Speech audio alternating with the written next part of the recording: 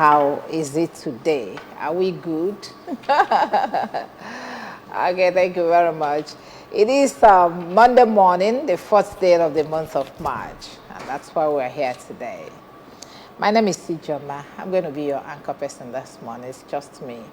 And then I have a very big features that I caught this morning that are going to join me. But before then, let me tell you what we're going to talk about.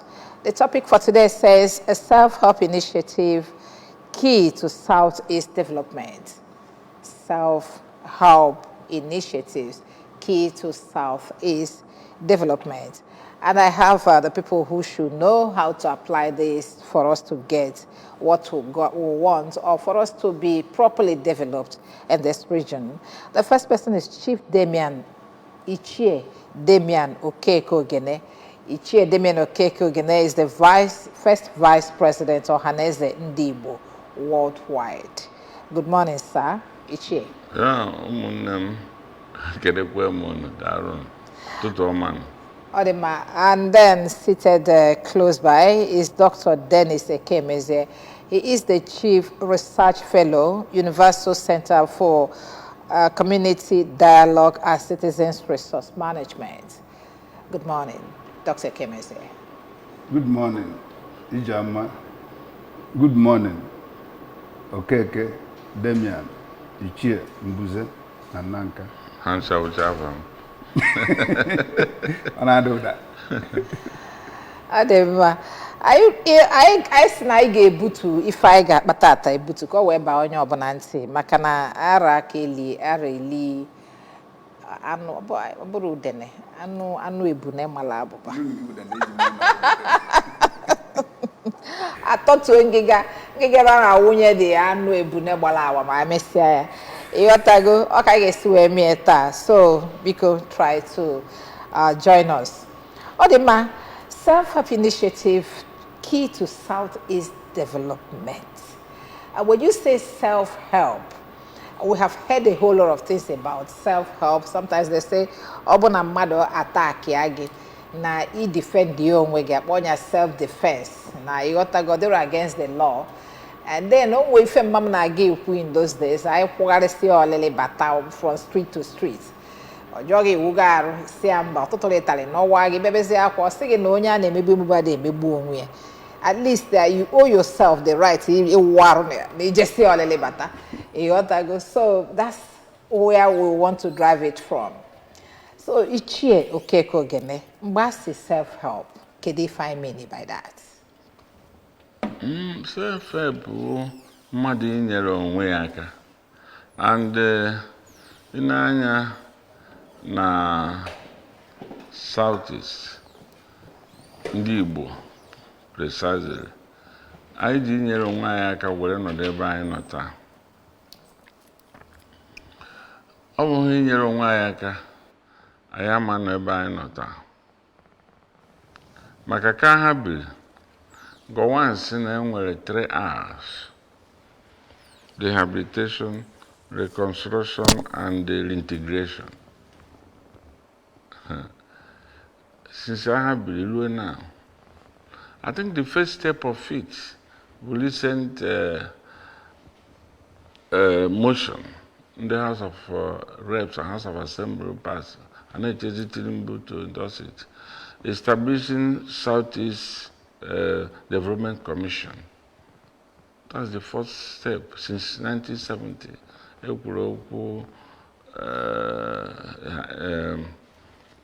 3 R's, which forms part of development in the Southeast.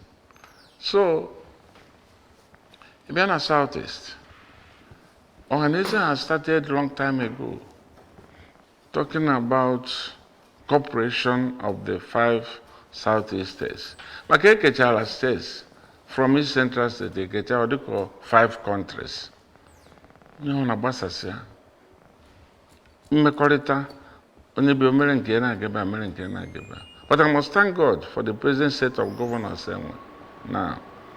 Because in why the group of Southeast Ohaneze established a committee on Southeast development. Soludo was the chairman. Professor Obu was his secretary. But you can see today, Soludo is the governor. Because in at least interconnectivity, roads, railway, and other things that will bind us together for us to develop. But Emekidie Ogaro, it was a chair until recently. You can see the set of governors. I believe there are about 2 or 3 of them is going to motivate others to join them.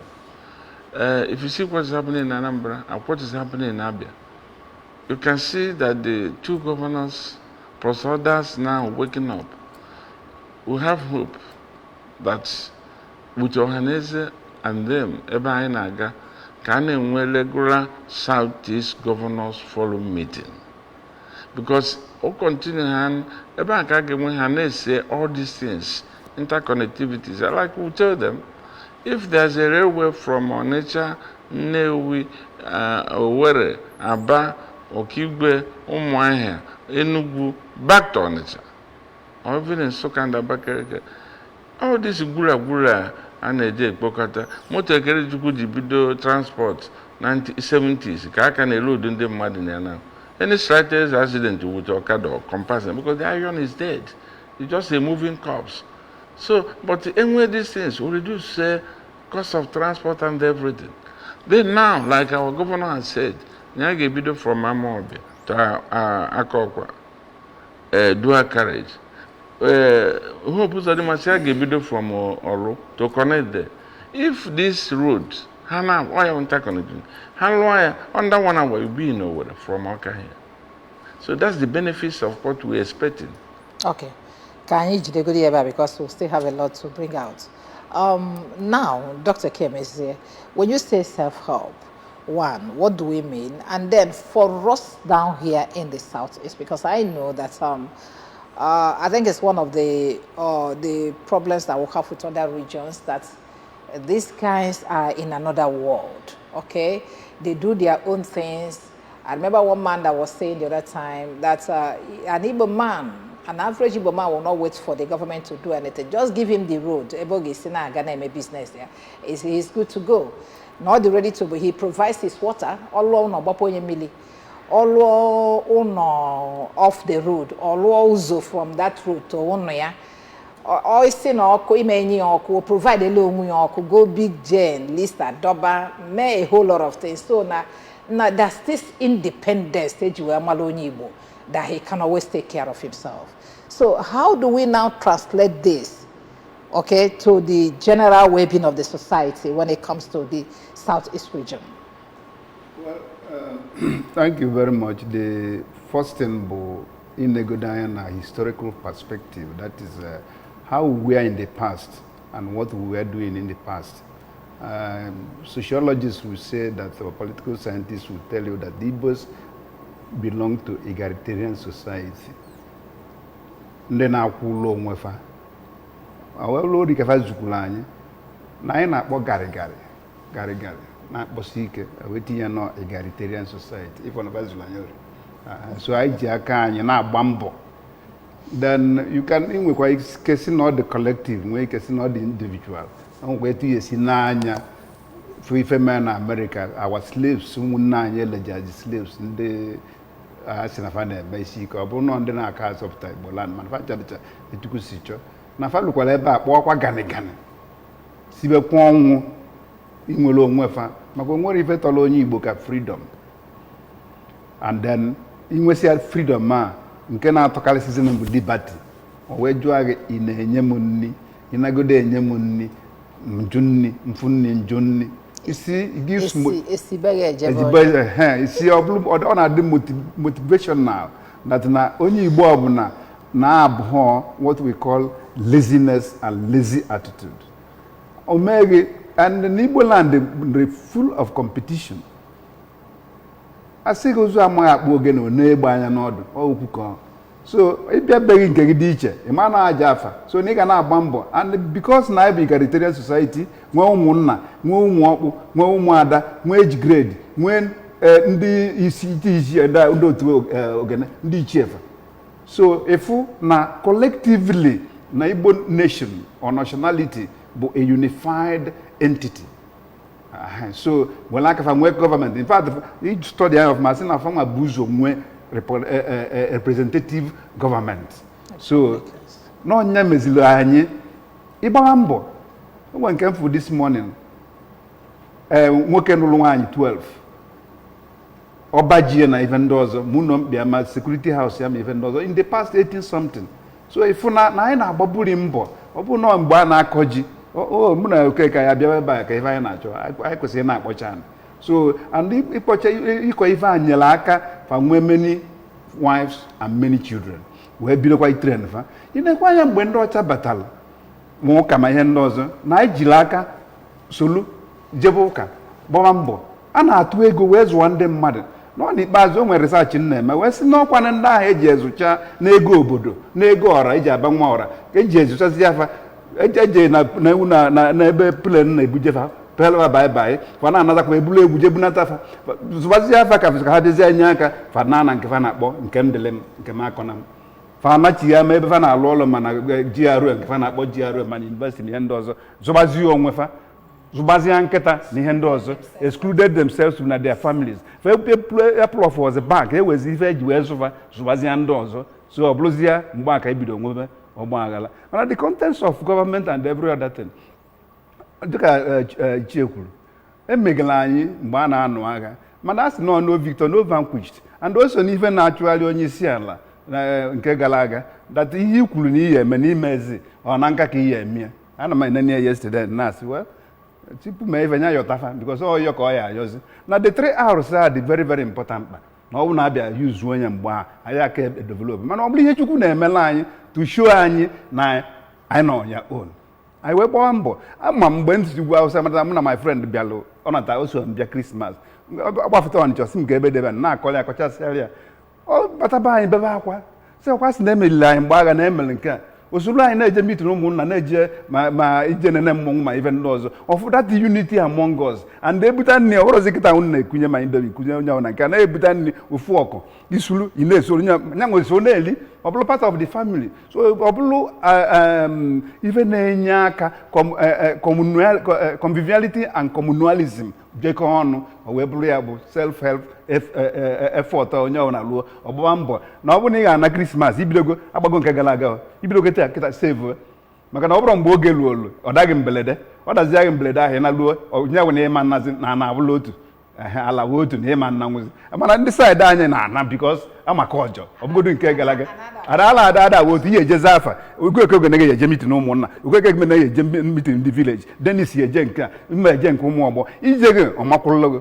So you can now see the checks and balances of the society of the Igbo nation and not propel line towards that development. My governors are there will be development because individuals made that development. Now, the governor has private partnership, community development. But in terms of development, all mad an individual champion development, then the government have policies that development. Okay, before we get to what government will do for us to develop as a region, let us look at what we can first of all do for ourselves. We have started to point out some of these things. Okay, like I said, that our people take care of themselves on individual basis. Okay, just like you pointed out, when you get to a place like Onitsha, you'll be wondering on the Akas name Elinaga, you see the kind of buildings, you see the kind of on yearly basis, or be for for this year, mafia next year.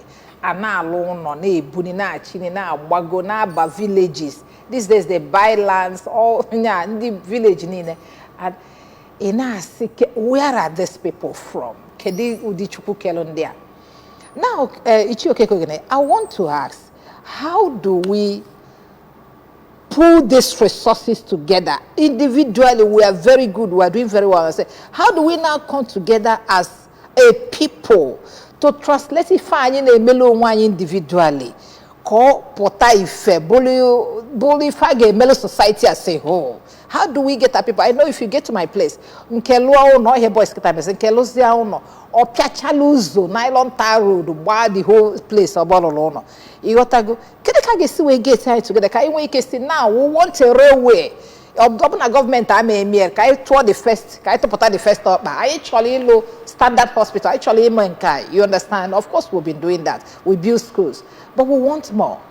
It's okay, Kogene. Yeah, in a corner, Ngolesine no Jida, Sonia Sanya, Ekene, Ekene, Igbo man, we are Republicans, you must understand that.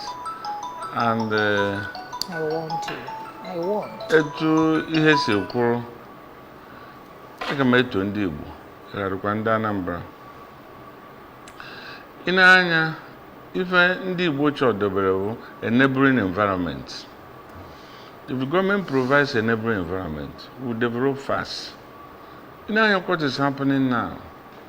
A na-asị Igbo enweghị eze, but eze fụta. The actual eze fụta ife na Igbo nwere eze. I tell you now,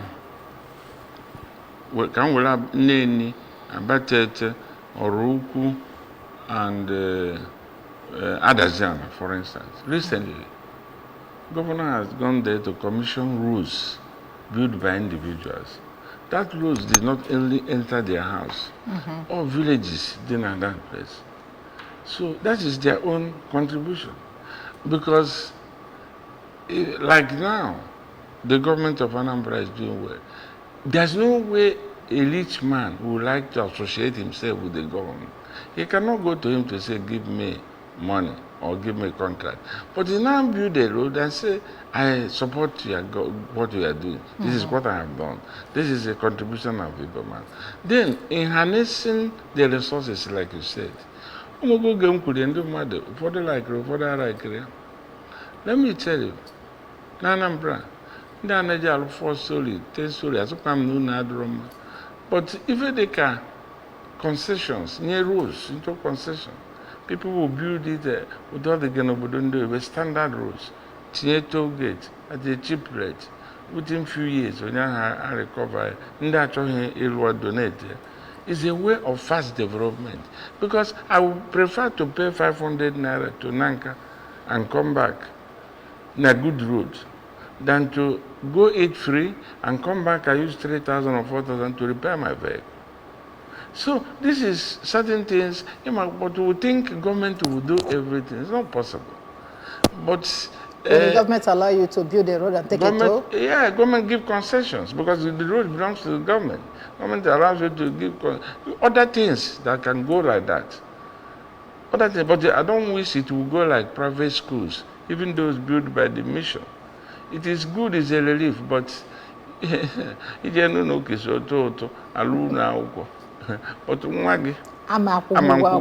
afford that school. So you see, go back to government school. So easy because I don't know, maximum profit ada adịcha na human development because aka nwere uru a ga-erite onye a ma develop uru ọ ga-abara society ka than uru ị ga-erite ịyachi irite ma uru to the peak of development atụrụ anya ọ ga-enweta.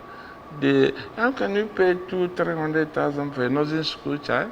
It's horrible. When 300,000 before, nursing school, ABCD, but the same ABCD. So all these things, but what I'm saying, you must give it to Igbos. Whatever development is in an Igbo is self-help. And we are moving. Like I said, I thank God. I think in the shortest time, when all these things, because in Agamon Chambosa, from Head Bridge to Parakot Road, I was in Onitsha before, early after the war. And since after the war, I don't think anybody has touched that Parakot Road to Opiweka. Then the Opiweka to Head Bridge is fine, nice. Then now this adjoining road, Parakot Road to Opiweka, is a big relief that to the big highway because the nylon tie there now, my brother. You see, Look at this Okpuno to Thameside to Okpuno also, and other areas. You see, I went to a club the other day, see the flyover going on and everything. If all these things scattered all over the states are completed within the next 1 year or two, we must say that a good foundation, a good continuity has been there. Now, ibidokwa ebe ndị ọzọ jedowe na ọ na-aga n'ihu, mana ebe ọ na-ara ahụ bụ ibi ebe ndị ọzọ jedowe egbuo wisụl ka agbawa ihu igbawa azụ, ebe ahụ ka a na-enwe nsogbu. So onye Igbo ọbụla ga-adị proud na ya bụ onye Igbo. Even ndị nọ n'okpuru mmiri arụ ọrụ na-eweta something here, kama na the loss of human value anyị nwezi ebe a, trust dịka ọ na-anazi n'aka anyị na-apụ apụ, because ebe onye Igbo anọ na nwanne mama ya, ndị nna ya ochie, onye ma ife a na-ekwu zijere ego ka ọ rụwara ya nke a mee nke a. But you can see now, ụmụaka ji eje n'ọnụ mmụọ gụta ọkụ nye mmadụ ebe a, nwa ya fụrụ ya wee je gbaa yahoo yahoo, onye lụtara ego ahụ nataji ọ na-asa aka ebe a. So the thing na-emekwe psychological is affecting us. Who to trust again? Ụmụaka ejiri ndomizu onye amajighị ikwu nne na ibe nne, so ọ na-emekwa affect our development. I know. Odima, remember we are looking at a very interesting topic this morning where we are asking if I game abana ka we swonya ji self-help initiative key to Southeast development. We'll still have a lot to talk about. At least when we come back, we're going to look at the policies, how government can give us the right policies for us to continue, because like we say, we have established that originally the Igbos are dogged, okay? They do things for themselves and they contribute to the development of the society. But is to do these things and drive it home properly, you need some policies. Like I asked a question where we talked about building a road and then taking a toll. And I asked, is it possible, would the government allow that? So these are some of the policies we're going to look at, the kind of policies that the government will shun out to help us continue in this self-help initiative. We'll take a break here, and when we'll come back, we'll continue from where we stopped. Stay.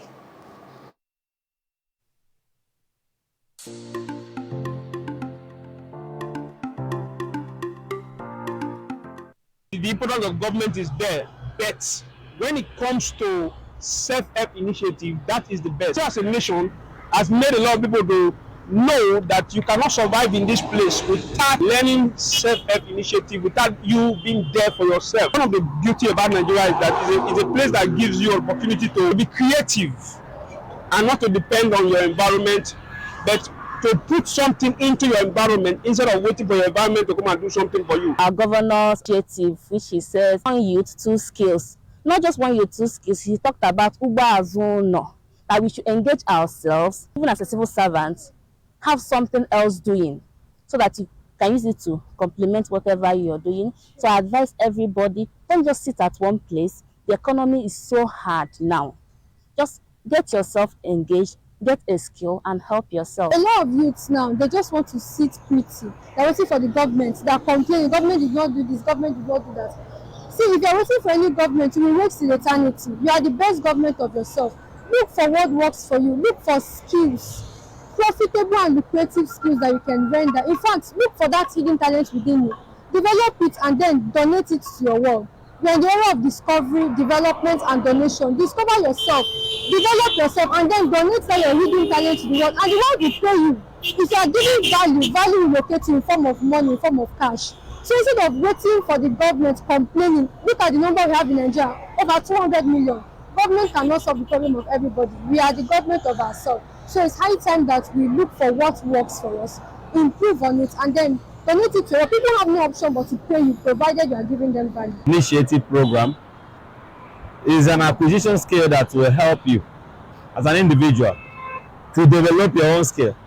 We call it can be an entrepreneur, be creative on your own to help yourself, to help your society.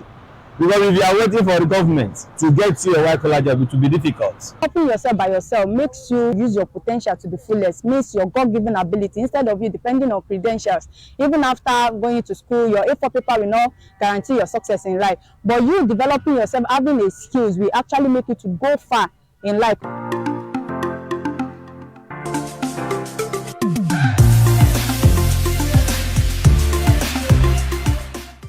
My champs, they use energy at school. Your champs need nourishing energy. Give them the new and improved Milo at breakfast. It has nutrients that support energy release. Milo!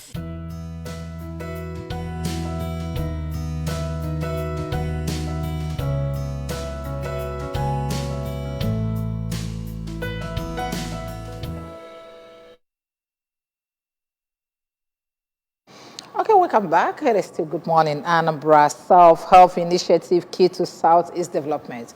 As the topic we are looking at this morning, I still have Ichie Ogene in the house, and then Dr. Dennis Ekem is here.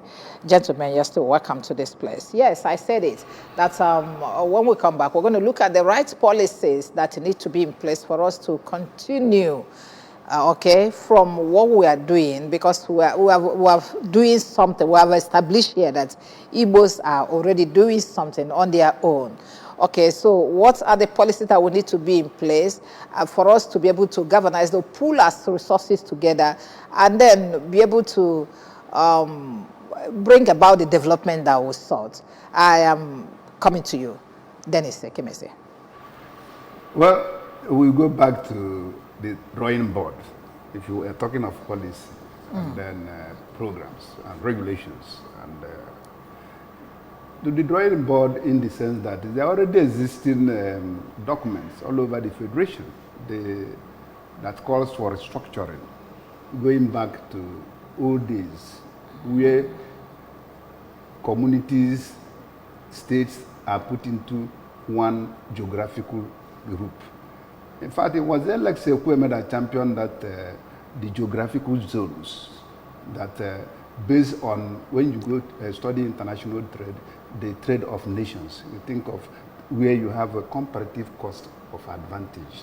Nande Southeast, kedife jiwe malafa, kedife fa na alu, fa nwere bolo, fa na agụ akwụkwọ, fa nwere ọkpụkpụ aka, fa na arụ ọrụ siri ike, fa na agba mgba, fa na anya moto, fa na azụ afịa, fa na alụ kapịnta. In fact, no ịbịa na ala Igbo na even ejima ndị Igbo na a complete Igbo man bụ an entrepreneur. Onye na-ata ife na-ata afịfịa, tari enyo ọ bụrụ ife, ọkwa na entrepreneur nke enyere ikulie enya dowepụta ọ bụrụ ife gbara ọfụ. Somebody na-ekwu okwu ebe a sị, being innovative and creative. Anọ ihe eji mara onye Igbo. Afọ nwatakịrị ọlụgo ala plane, aeroplane. So na ọ bụ na-enye enable environment kpọrọ eje ebe ọ ya anọ ọfụma. Ọlụwa nke ya efe. Afụgo m onye lụ keke. Okay, call ala plane. Alan plane. Yes, afụgo m onye lụ keke. O nwekwa nke na-asịkwa na-akwado kịta ọlụsịa keke na keke ya ga-agba based ike si n'anyanwụ. So now government now will be able to identify these people and then incubate them, whatever where we will bureau research. And then man or the UNN can this physicist and Malefa Ndibo. Okay, I think I ought to get Mokane now Weji cashew. Well, Nanya Muto. I witnessed it, my dad. Milli cashew. Yeah, so my van and me cashew. We make fuel. Na fuel I draw. So then, nke battery, and more battery and news. Because I'm going to say connect. I can't tell. Yes, yeah, and I'm news. So now, it harness the creative endowment of every individual person. Go on when Kegana Tachi, okay, when Kia, one when Kem, no, I will takaze no, achikote on. Mananke Makamarse Leketabo, just like it was. Nandis governors be a blugie misi, Kafa, Nokatono, Nanken de Lema Macavero, Nkemakonam Abgures Weavetua, no in a balam balumuniedim, Mwake, which got there. So far from God is now House of Assemblies and National Assemblies, and then local government election, so that the legislative function ga-agbalata na local government system. Ka enwe ike wee zụọkwa ndị mmadụ maka na ọnya the grassroots ebe a ga-esi ịzụọ ndị mmadụ fa agbagota devolution power. One, I said restructuring, the other one, devolution of power. So that ka enwe ike power agbalatakwa na the grassroots. We mentioned the community Rugo roads. Community Rugo roads have na nyanwa ama mgbe na-esofa na yukwu ike azọ na biaba akụchala interview. No mfama formulu town union tasatu weta anya ma afufu ma mkpọrọ mọnụ ma ife megideva mechesia o wee fido tata. We na put the fourth tier of government. In fact, for me, I will give them Kulia. And make one fourth tier of government, not your so that allocation have a with Asia and a local government. Ebuani and Ocha, I the 10 communities. But well, Nukun, Magwata, Urumba, uno de Umazunudo. No, they willing to none of their own communities now and start developments. When I get with an state. State, so if una development garden, local government, state, and then national, even national, why no Abuja keki semaro do na that my even does it yes Danyaka. Why you will believe again power non Abuja, a way na check over security, national security, and also. In case one a blood, that one I was structuring. Kaikike na communities, as I said, southeast. Year studies outside southeast. If you na that town union government, mele Niboland or Kusieke, and in Nayaketa security, imagine security system by our research now. Then na southeast. If you know community ne take care over through Eguanenye, the traditional rulers. Though no na those boku, more president general, more traditional ruler. Genwe, man president general usungo, on 6 years, 7 years.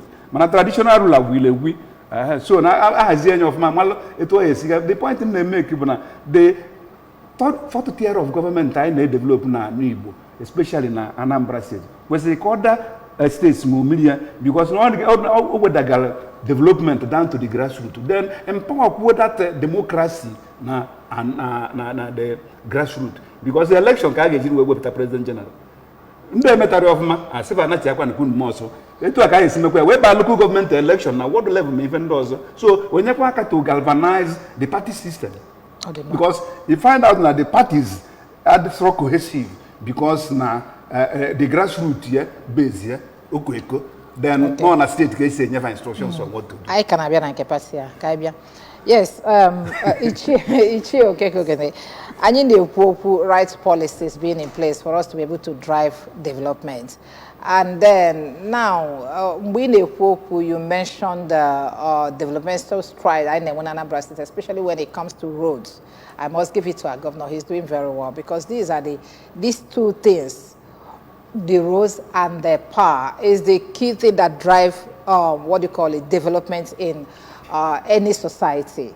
Now, so you also mentioned what OT is doing in Abia, and we saw the latest that is in the power generation, the geometric power that is in place now in Abba.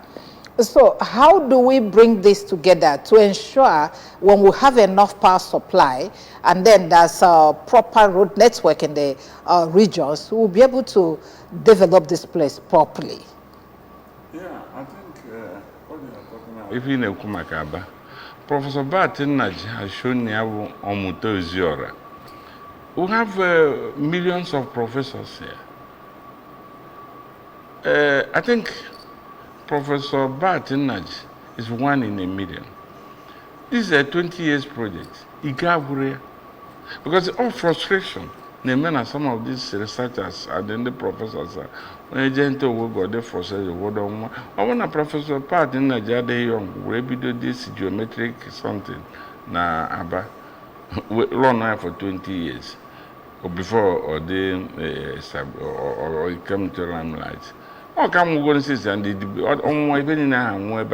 the ideas and everything will be buried. We'll die with them. So and the federal government continue to frustrate him. What the HDFCC I don't know, the government never want anything good for us. Even the state governors who has been there, who has come and gone in Anambra, And Kiwefu, the Tabras person, but then is from Enugu.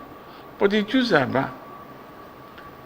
And you can see now, I'm from Advert members, and then they plant and they relocate it to another state now within the 9 local government in Aba. Other professors is a challenge to them.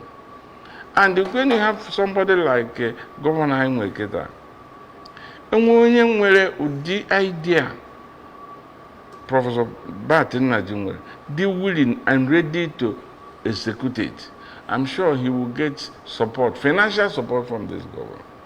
I'm sure he will get it. So, and it was, yeah, Anambra like he rightly said, by 1996, when we started the Association of Town Unions, we tried to, and only Bido Pokova, we video let Chimezi Kazo, son, he established the legal aids in Nigeria, Ogonata. And Nata, no Lagos, Nata, no Busikono, way better son. So anywhere you are, you can be what you will be. God wants what you be, because hard work ends in what you are.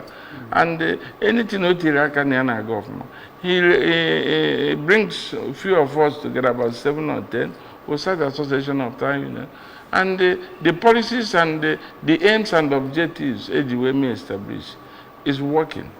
Since 1996, we have never had a serious problem in Asatu and the other body now, Association of Past Presidents.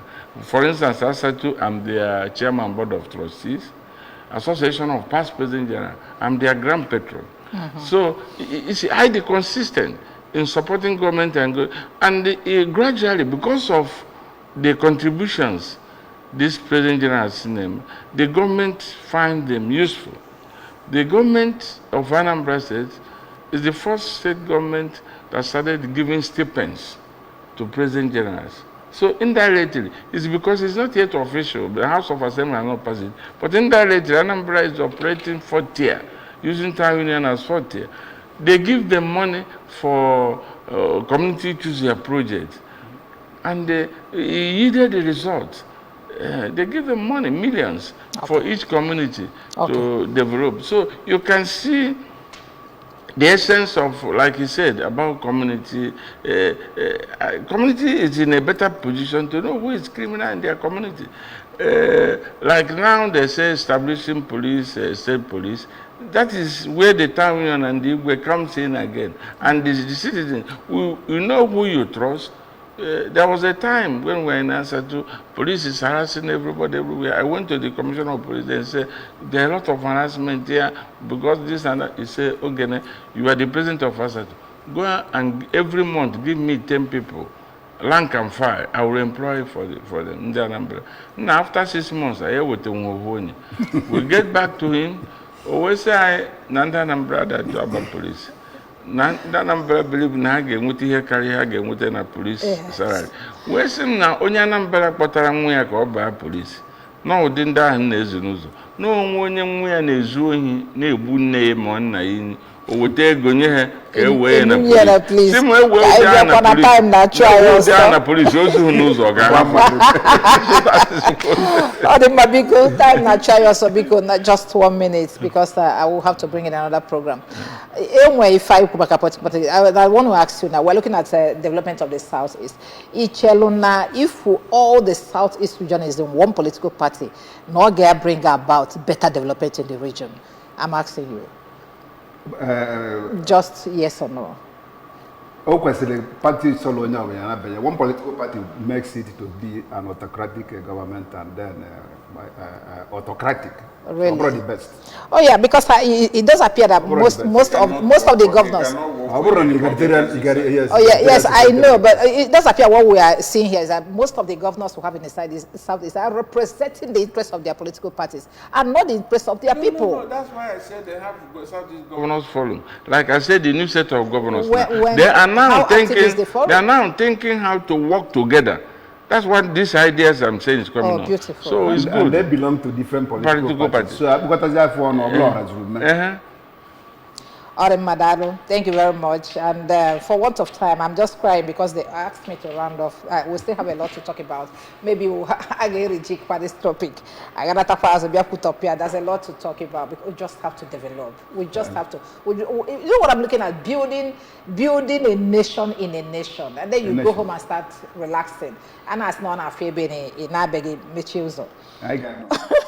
Dalo, thank you very much, Chief Damian. Okay, Ichie Damian. I prefer calling you Ichie. I don't know who wrote Chief here. It's Ichie Damian.